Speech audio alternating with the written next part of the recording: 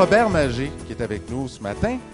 Et Robert Magé, il est professeur titulaire de théologie réflexive et pratique à l'Université Laval, ici à Québec. Et en fait, il s'intéresse également, ses travaux portent principalement sur la religion dans l'espace public. Alors, il va peut-être nous aider à comprendre qu'est-ce que la conversion aujourd'hui et qu'est-ce que le génie catéchuménal aujourd'hui. Robert, où est-il? Peut-être derrière les rideaux. Ah! Robert Magé, bonjour. J'espère que vous allez aider Sabrina. Je ne voudrais pas qu'il y ait de confusion dans la salle. Je ne suis pas le génie catéchuménal. Alors, frères et sœurs, bonjour. La présentation de ce matin, elle est mise sous un titre qui aura peut-être éveillé une cloche chez certains d'entre vous. Ça fait allusion à une hymne qui était chantée par Manek et Akapsimas il y a une trentaine d'années et dont on va écouter un extrait.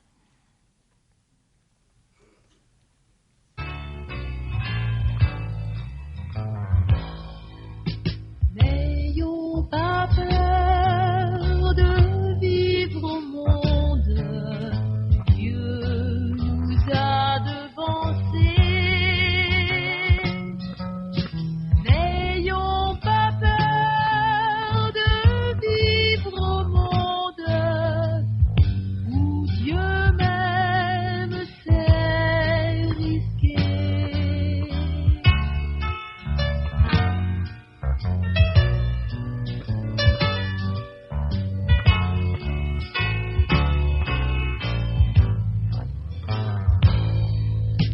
N'arrêtons pas la sève ardente, Dieu nous a devancés.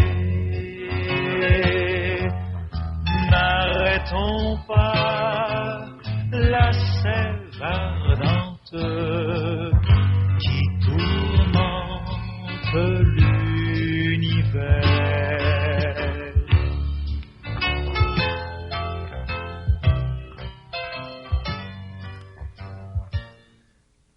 N'ayons pas peur de vivre au monde. Le monde dont il est question, c'est le monde actuel, le vôtre, le mien. Ce sera la deuxième partie de ma présentation. La première partie va porter sur le texte d'Actes 10-11, à l'enseigne duquel le colloque a été placé.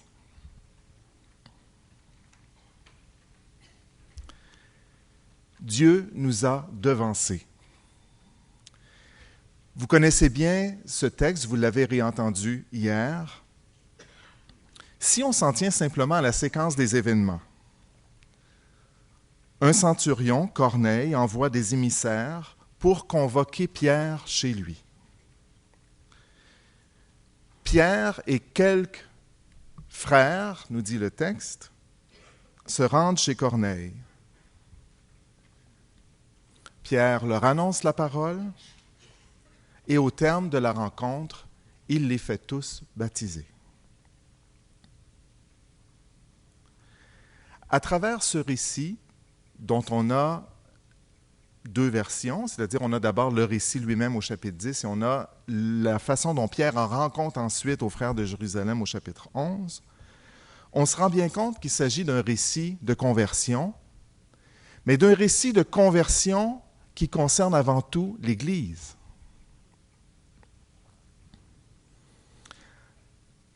C'est ce qui va ouvrir la voie à ce qu'on va appeler l'ouverture aux païens. Tout le dispositif du récit, l'ange, la vision de Pierre, la voix qui se fait entendre, l'esprit, tout ce dispositif nous dit que les actions de Pierre ont été posées en réponse à l'initiative de Dieu même. Pierre a été constamment dérouté par les événements. Il n'y avait pas de plan pastoral.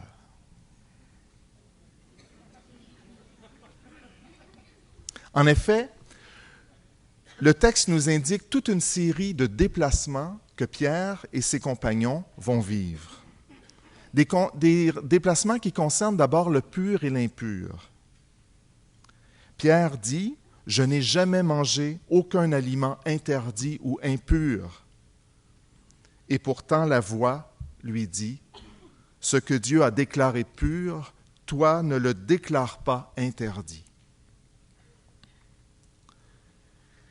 Le déplacement concerne en effet le permis et l'interdit.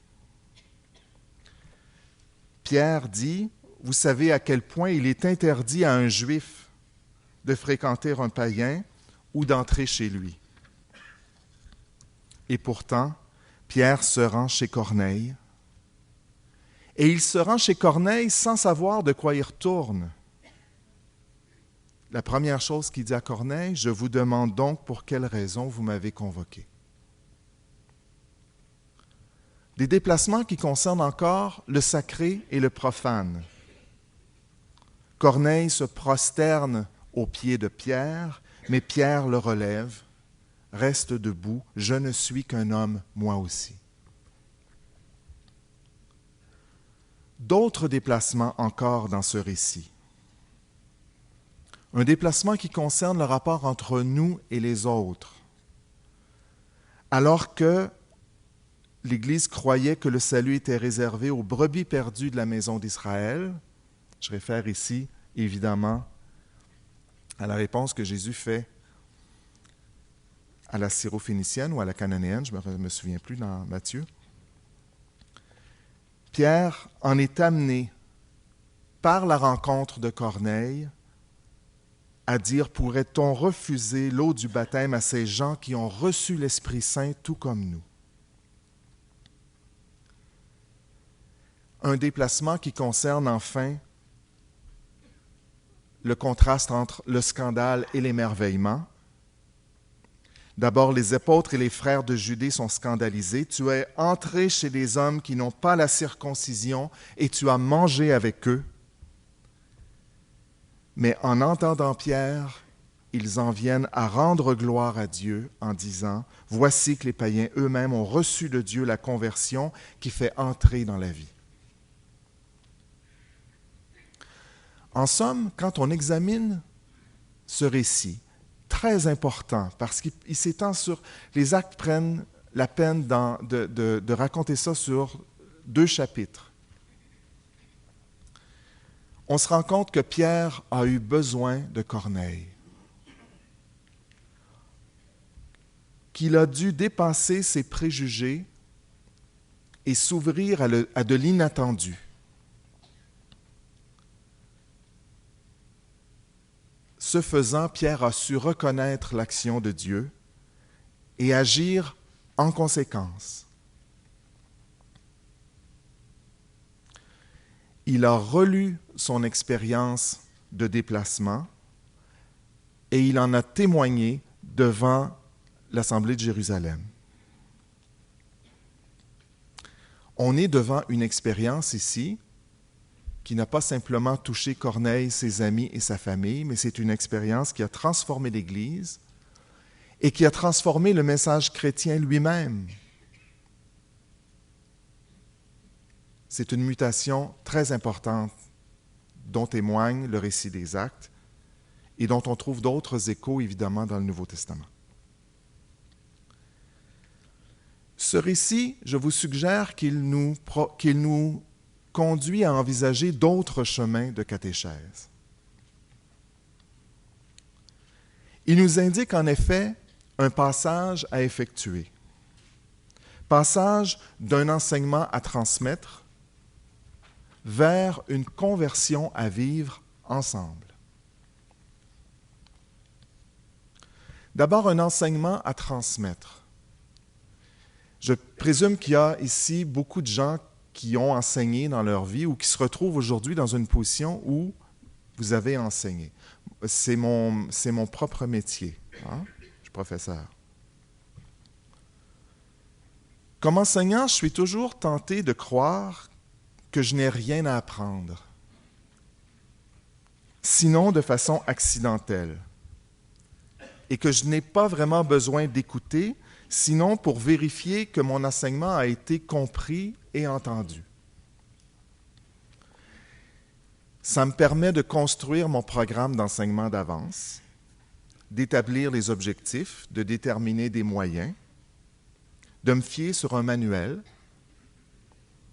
parce que je sais quels chemins doivent être empruntés pour parvenir au but. Et le but, c'est que l'autre assimile mon enseignement. Et dans mes activités pédagogiques, si je me place dans cette posture-là, je vais souhaiter que les gens soient attentifs, comme vous l'êtes maintenant, et qu'ils comprennent ce que je leur présente, ce que j'espère, et qu'ils y adhèrent. Mais si on pense à aller vers l'idée d'une conversion à vivre ensemble, je me retrouve dans une situation où, comme croyant, j'ai toujours une conversion à vivre, une conversion permanente. Je me retrouve sur un chemin avec l'autre qui se découvre au fur et à mesure devant moi, et j'ai besoin de l'autre pour en discerner le sens. J'ai alors une vive conscience qu'il s'agit d'une aventure collective et que la parole de tous est nécessaire pour que nous découvrions ensemble la route à suivre. À titre d'accompagnateur, je peux me munir d'un plan, d'une boussole, d'un GPS. Je peux apporter avec moi les récits de voyage de mes prédécesseurs dans la foi, mais l'essentiel va se jouer sur le chemin lui-même, qui est largement inédit. Je ne peux donc pas tout prévoir d'avance, et il faut me mettre à l'écoute de mes compagnons de voyage. Le Seigneur n'a pas dit « Asseyez-vous et écoutez la bonne nouvelle ». Mais le Seigneur a dit « Convertissez-vous et croyez à la bonne nouvelle ». La bonne nouvelle ne s'enseigne pas. Elle se donne à découvrir et à vivre. Au début de l'évangile de Jean, quand Jésus appelle ses disciples, il leur dit « Soit suis-moi » ou bien « Venez et vous verrez ». Chapitre 1. La foi est d'abord une affaire de mise en route.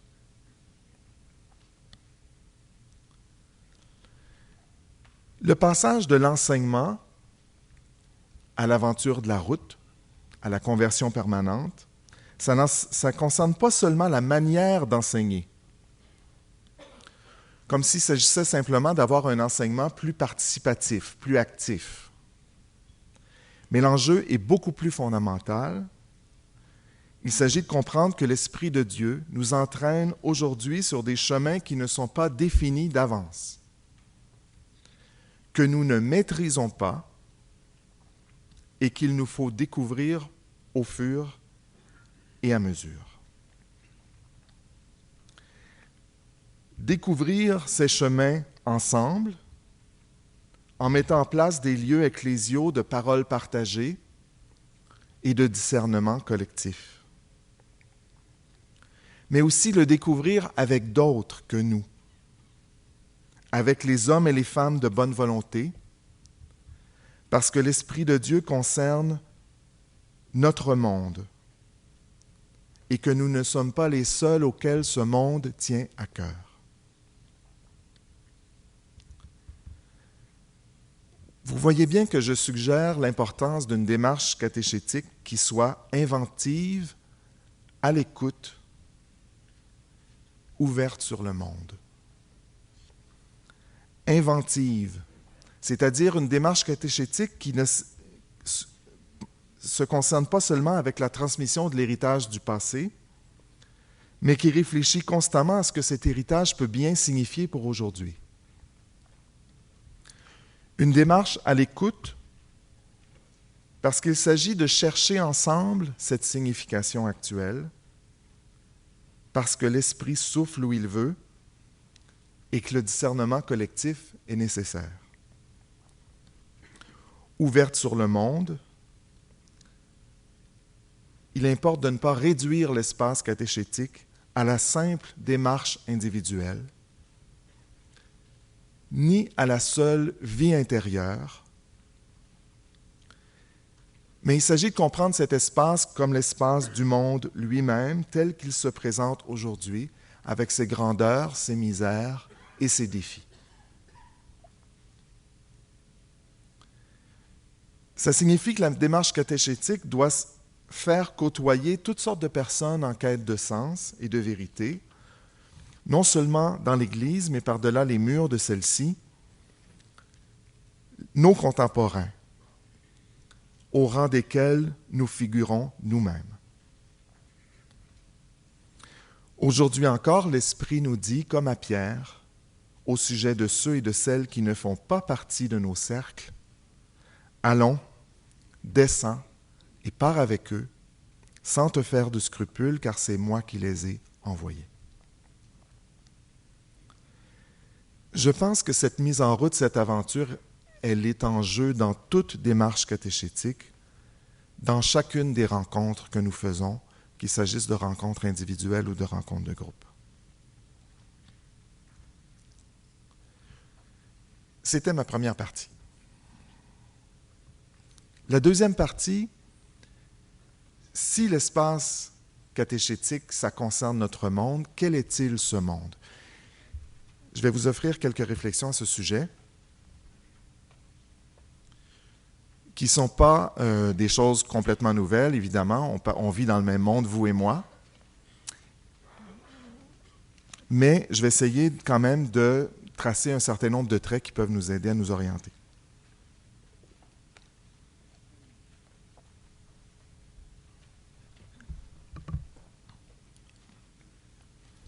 Vivons-nous dans une modernité avancée, une post-modernité, une post-chrétienté, voire un monde post-séculier? Il y a beaucoup de discussions actuellement dans le monde académique, dans la littérature en général, dans les journaux sur ces sujets-là. Et j'entrerai pas trop là-dedans. Je vais plutôt m'en tenir à un certain nombre de constats assez simples. Souligner d'abord que ce monde, c'est notre monde. À vous, à moi, à nos contemporains. C'est-à-dire, c'est le milieu même où nous advenons, c'est le milieu qui nous façonne, qui façonne notre mode de vie, notre manière de penser, nos projets et même nos idéaux. En ce qui concerne l'Occident, ce monde est très marqué par son histoire entrelacée avec le christianisme, mais l'inverse est vrai aussi. Le christianisme, tel que nous le vivons, est très marqué par ce que notre monde est devenu. Si on prend par exemple l'individualisme, on va souvent souligner l'individualisme comme une des marques de notre société d'aujourd'hui. Mais l'individualisme tel qu'il s'est développé en Occident, il dépend très nettement de l'accent que le christianisme a mis sur la personne, sur l'individu, par-delà les groupes, par-delà les traditions. Cette attention à la personne, cette attention à la liberté individuelle, au destin individuel, c'est quelque chose qui a été très important comme apport du christianisme à la civilisation occidentale. Mais à l'inverse, le développement de cet accent sur l'individu a marqué également le christianisme, qui fait qu'aujourd'hui, vous remarquerez comment beaucoup de discours de foi et beaucoup de prédications dans l'Église et dans diverses églises sont très axées sur l'individu, sur la personne, et très peu sur les enjeux collectifs.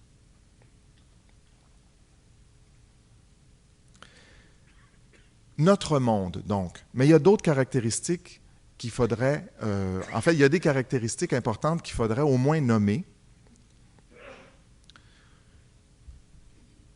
D'abord, on vit dans un monde qui connaît des développements scientifiques et techniques exponentiels, sur tous les plans. Et nous savons à quel point ces développements s'en vont en s'accélérant, et on n'a encore rien vu. Ces développements se font sentir en particulier sur le plan des communications. On le sait bien, on souligne beaucoup l'importance d'Internet, etc. Mais vous le savez, je ne veux pas entrer trop dans les détails, mais comment ça change complètement les rapports entre les personnes. Et on a toute cette dynamique de mise en réseau qui est très importante aujourd'hui. Juste un flash, je fais partie du conseil d'une association internationale. On tient nos réunions par Skype.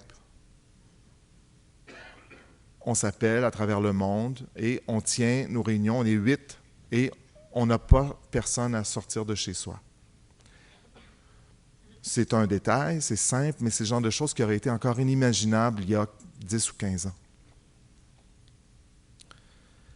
Autre caractéristique de notre monde, notre culture, les cultures ont tendance, se mêlent et se rencontrent à un point tel qu'on assiste à ce qu'on appelle la globalisation de la culture, c'est-à-dire le développement d'une culture à l'échelle mondiale et l'érosion, la fragilisation des traditions locales.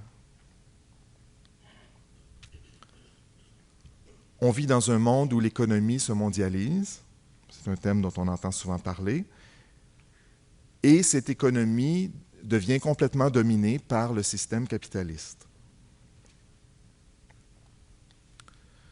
Ce monde a non seulement des caractéristiques, il s'en dégage le portrait d'un monde qui est en souffrance. Un monde en souffrance parce qu'il est marqué par des inégalités très profondes entre les êtres humains, entre les nations et même entre les continents.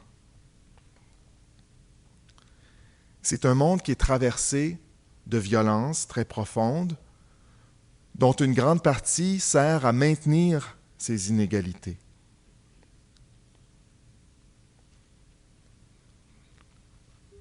Un monde où les migrations de peuples sont de plus en plus importantes, de plus en plus nombreuses. On a des camps de réfugiés immenses partout dans le monde, et souvent des camps qui ont tendance à devenir permanents. Et on fait face enfin à des enjeux écologiques complètement inédits, majeurs, qui mettent en cause la vie même sur notre planète.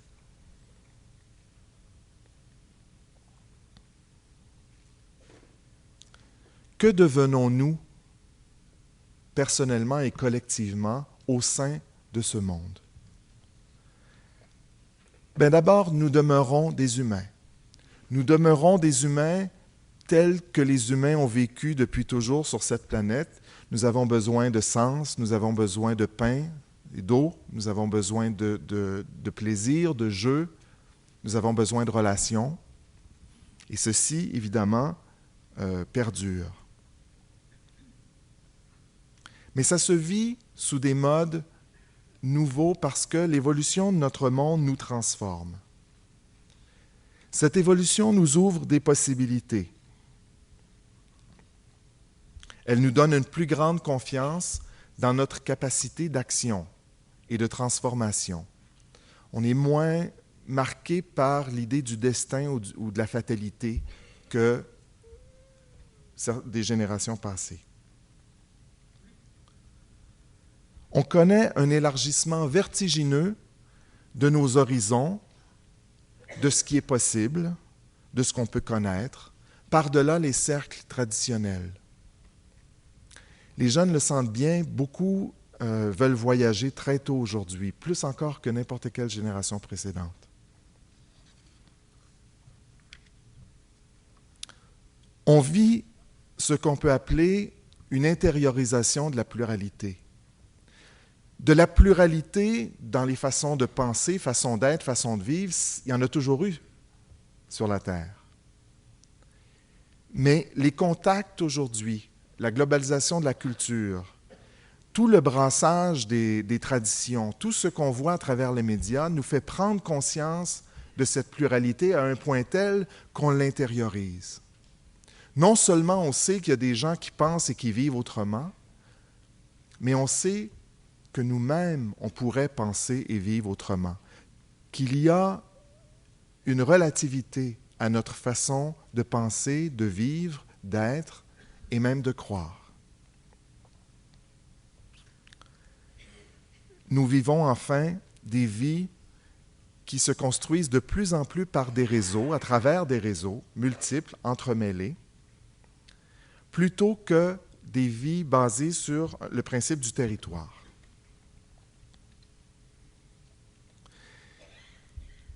Ce monde nous affecte aussi négativement, de différentes façons. Il nous impose des contraintes. Il ébranle nos identités personnelles et collectives. La quête de sens devient plus intense dans la mesure où le sens n'est plus imposé. Il ne va plus de soi. Nous vivons dans des grandes dynamiques économiques, politiques, sociales, dont le contrôle semble nous échapper. Ça peut créer une grande insécurité par rapport à l'avenir et nous entraîner dans diverses formes de ce que j'appellerais des tentations. C'est un langage qu'on connaît bien. Je ne sais pas vous, mais moi. Et je vais en nommer 4. D'abord, la tentation du cocon, le bonheur privé. Me construire un petit bonheur avec mes proches, confortable. Liberté 55, c'est une vieille affaire, ça, mais quand même. Vous comprenez l'allusion. Me créer un confort localement, me protéger contre ce qui va mal dans le monde. La tentation du manège, me laisser entraîner par diverses formes de plaisir, de découverte, d'aventure, pour m'étourdir. Explorer fébrilement toutes les nouveautés. Que ce soit les iPads, les iPods, les iPhones, la version suivante, ou quoi que ce soit d'autre. La tentation du voyage. Voyage dans les paradis artificiels, voyage dans l'imaginaire. Une grande partie des spiritualités contemporaines sont de cet ordre-là. C'est une exploration de l'imaginaire qui est d'autant plus tentante que notre monde est éprouvant, que la réalité est éprouvante. La tentation du rétroviseur. Est-ce que j'ai vraiment besoin d'expliquer celle-là? C'était donc tellement bien hier et avant-hier. Hein? Les formes du passé, la nostalgie des formes du passé. Heureusement, dans l'Église, on n'est pas tenté par ça.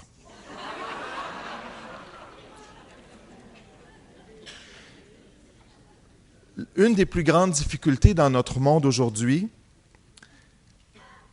c'est qu'au fond, nos capacités d'action se développent à une vitesse exponentielle,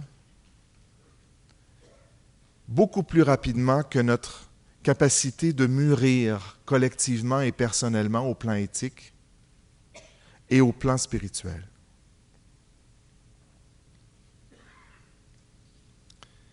Quelque chose me dit que j'arrive au bout de mon temps. Il me reste 1 minute. OK.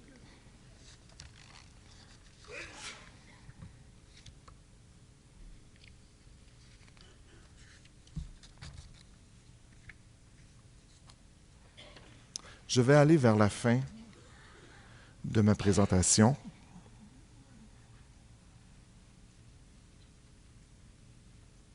Qu'est-ce que l'Esprit dit aux églises, concrètement aujourd'hui?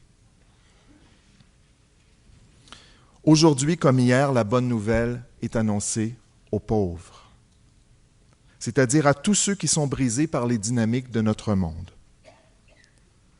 L'Évangile, hier comme aujourd'hui, concerne d'abord et surtout les victimes. Et tout ce qui, au sein de notre monde, engendre, crée des victimes. Cette bonne nouvelle qui nous est confiée, c'est que par par-delà tout ce qui va mal dans notre monde, il y a au plus profond de notre réalité un amour inconditionnel qui souhaite que nous ayons la vie en abondance. Mais cette bonne nouvelle doit être annoncée, c'est-à-dire portée concrètement dans les lieux de désespoir, dans les situations sans issue, dans les milieux déshumanisés. On ne peut croire à la bonne nouvelle et se convertir sans être touché par une parole qui touche, par un geste qui guérit, par une main qui relève concrètement là où l'on souffre. Ça veut dire que l'Évangile ne concerne pas seulement les cœurs, mais également les corps isolés, meurtris, blessés. Il ne concerne pas seulement les individus, mais aussi les mécanismes d'exploitation, d'appauvrissement, de violence. En soi, mais aussi autour de soi et à l'échelle de notre société tout entière. Pour aller plus loin, nous avons besoin, non seulement les uns des autres, mais nous avons besoin de nos contemporains. Comme Pierre a eu besoin de Corneille.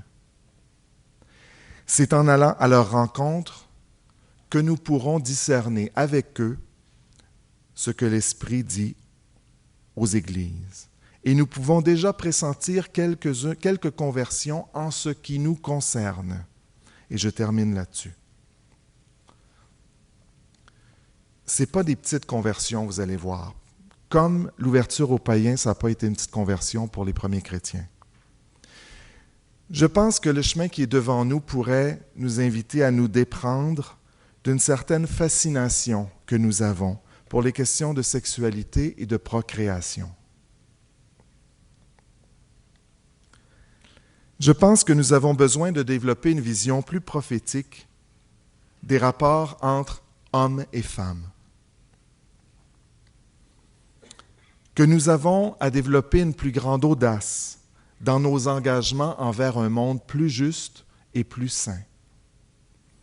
Et enfin, et ça va peut-être vous surprendre un peu, je crois que nous avons à redécouvrir ce que j'appellerais une sobriété de vie dans un monde de tous les excès. Qui a été mon professeur et maître, je dirais, s'appelait Rémi Parent, que plusieurs d'entre vous ont certainement connu. Et Rémi disait, c'est très important de se donner déjà des lieux où on peut vivre ce qu'on espère pour l'avenir. Alors, ce que ça veut dire, c'est que quand on est engagé, quand on est impliqué, quand on essaie de donner un coup de main en Église, il ne faut pas qu'on soit juste dans un processus de donner, mais il faut qu'on ait en même temps s'assurer d'avoir des lieux de ressourcement personnel. Des lieux de ressourcement où on peut vivre avec quelques autres personnes déjà quelque chose qui est de l'ordre de ce qu'on espère et de ce qu'on essaie et de ce qu'on veut essayer d'implanter pour l'avenir. D'abord, je veux rappeler qu'il y a très, très longtemps, dans l'Église, qu'on parle de l'Église en perpétuelle conversion, Ecclesia semper reformanda. C'est un élément majeur de la tradition, que cette idée que l'Église n'est pas faite des purs, hein, mais l'Église est faite de gens qui ont répondu et qui répondent encore à l'invitation de Jésus, « Convertissez-vous et croyez à la bonne nouvelle ». On est des gens en processus de conversion. On me demande des cas concrets. Je trouve ça un peu difficile avec le peu de temps qui m'est donné, mais prenons la question des rapports entre les hommes et les femmes. Est-ce que véritablement notre Église catholique, québécoise, est-ce qu'elle est, dans notre milieu ici, un phare qui éclaire l'avenir des relations entre les hommes et les femmes? Hein? Non, mais à un moment donné, là, il va falloir qu'on se... On a une image d'une institution qui est à la traîne. Hein? Bon. Et ça ne veut pas dire qu'il faut se calquer sur n'importe quel courant de pensée ou mode par rapport au rapport homme-femme dans notre société. Mais ça veut dire certainement qu'il faut entrer en discussion, s'impliquer, être présent dans tous les lieux où la question des femmes est portée dans notre société. Être présent, participer et essayer d'une façon ou d'une autre, de contribuer à partir de notre propre vision de la dignité de la personne humaine. Et notamment, ça veut dire en Église, certainement, développer des lieux et des processus par lesquels les femmes deviennent véritablement responsables de toutes sortes de choses dans notre Église. Arrêtons là.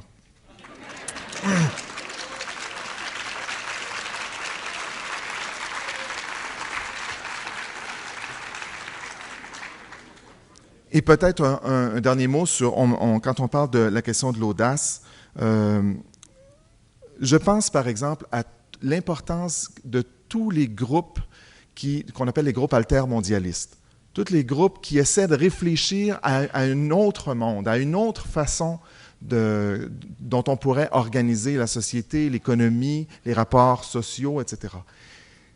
Ça, c'est des gens qui se préoccupent de l'avenir concret et qui cultivent une espérance concrète pour le monde aujourd'hui. Dans quelle mesure est-ce qu'on est présent à ces groupes-là? Dans quelle mesure est-ce qu'on leur ouvre nos portes? Dans quelle mesure est-ce qu'on essaie de collaborer avec eux? C'est un exemple, je pense, de ce qui serait à faire. Merci beaucoup.